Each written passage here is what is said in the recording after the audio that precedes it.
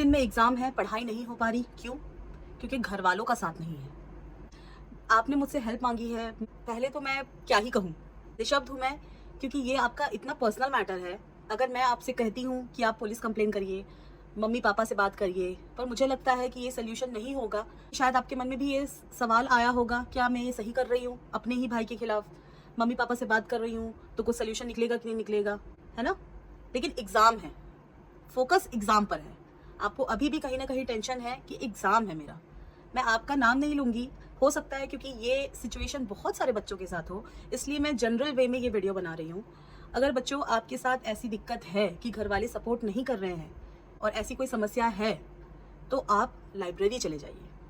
आपने bank exam चुना है, आपने कॉम्पिटिटिव एग्ज़ाम चुना है। कॉम्पिटिटिव एग्ज़ाम आपका डिमांड करता है फोकस, डेडिकेशन, डिसिप्लिन।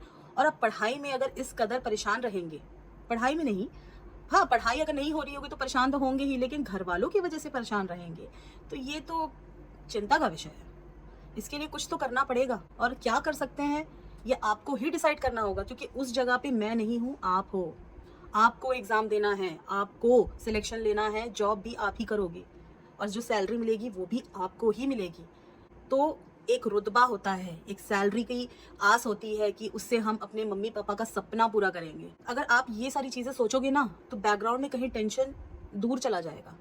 और देखो, ऐसा तो है नहीं कि पढ़ाई अभी अभी में स्टार्ट किया होगा आपने। ये मैं हर उन बच्चों से कह रही हूँ कि एग्ज़ाम का नोटिफिकेशन आते ही अगर आप पढ़ाई स्टार्ट कर रहे हैं तो आप बहुत गलत कर रहे हैं।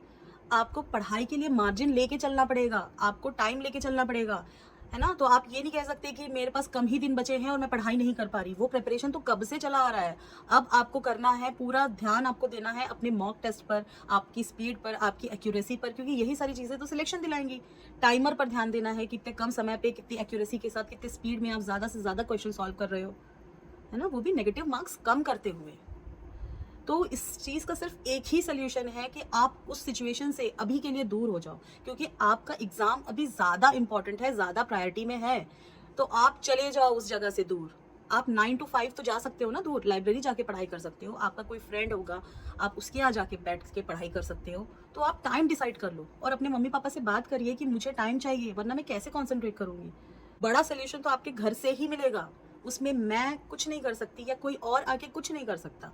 आपको अपने लिए खुद हिम्मत दिखानी होगी, खुद आपको अपना चॉइस बनाना होगा। आपने क्यों, why you have decided this career. आप अगर सीरियस हो, आप अगर करना चाहते हो, तो इस विषम परिस्थिति, आप समझ रहे हो विषम का मतलब, इस कठिनाई के समय में भी आप कर पाओगे। बस आपको सोल्यूशन निकालना है एक छोटा सा।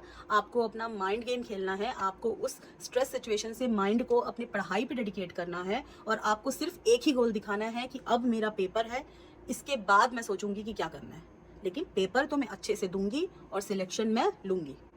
होपफुली इस वीडियो का कुछ असर आप में होगा, और बच्चों को भी हिम्मत आएगी कि आपने अपना वाई आपको हिम्मत देगा कि आपने ये चीज़ क्यों चुनी, क्यों चुनी।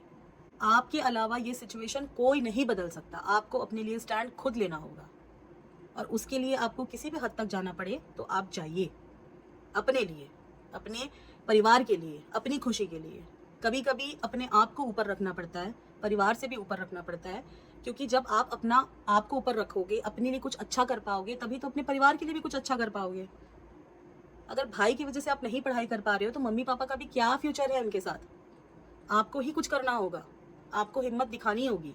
आप अपने लिए स्टैंड लीजिए, उस जगह से हटिए, पढ़ाई पे फोकस करिए अभी के लिए। जब एग्जाम हो जाए तो मम्मी पापा के साथ बैठ के इस चीज़ का सोल्यूशन निकालिए कि अब हम क्या कर सकते हैं, लेकिन अभी टाइम नहीं है डिस्ट्रैक्ट होने का।